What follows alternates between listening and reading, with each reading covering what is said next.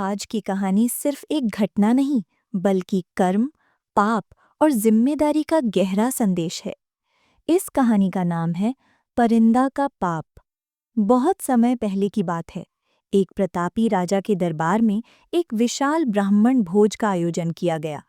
56 भोग, सुगंधित व्यंजन और खुले आंगन में लगी रसोई। ब्राह्मण पंक्तियों में बैठ चुके थे। भोजन परोसा जाने ही वाला था कि अचानक आकाश से एक तेज चीख सुनाई दी। एक चील अपने पंजों में एक जिंदा सांप दबाए उड़ रही थी। सांप छटपटा रहा था और बचने के लिए उसने जोर से फुफकार मारी। फुफकार के साथ सांप के मुंह से निकला जहर रसोई में बन रहे भोजन पर जा गिरा। किसी को इसका आभास तक नहीं हुआ। वही भोजन ब्राह्मणों को परोसा गया और भोजन करते ही सभी ब्राह्मण काल के गाल में समा गए। जब राजा को ये भयानक समाचार मिला तो वो शोक में डूब गया। लेकिन उससे भी बड़ा प्रश्न था, इस ब्रह्म हत्या के पाप का दोषी कौन है? यमराज के दरबार में इस प्रश्न पर विचार होने लगा। सबसे पहले नाम आया राजा का, क्योंकि उसी ने भोजन का आयोजन किया था। फिर विचार आया रसोइये का, जिसने भोजन बनाया। फिर चील का, जो सांप को लेकर उड़ रही थी। अंत में सांप के कर्म पर भी विचार हुआ। लंबे समय तक यमराज असमंजस में रहे। उसी समय कुछ ब्राह्मण राजा से मिलने महल पहुंचे। महल के द्वार पर एक साधारण स्त्री बैठी थी। ब्राह्मणों ने उससे पूछा, राजा कहाँ हैं?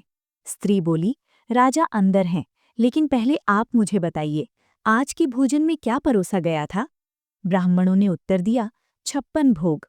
स्त्री ने मुस्कुराकर कहा, अगर भोजन पवित्र था तो पाप कहाँ से आया? स्त्री बोली, राजा दोषी नहीं, उसने श्रद्धा से आयोजन किया। रसोइया दोषी नहीं, उसने निष्ठा से पकाया।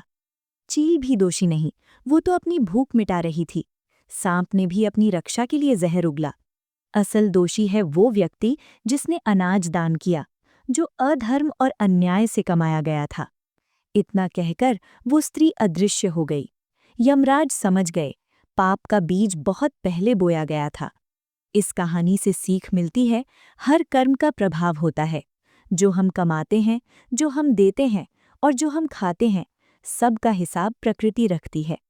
दोस्तों, अगर आपको ये कहानी सोचने पर मजबूर कर दे, तो इसे सिर्फ कहानी मत समझिए, इसे जीवन का आईना समझिए।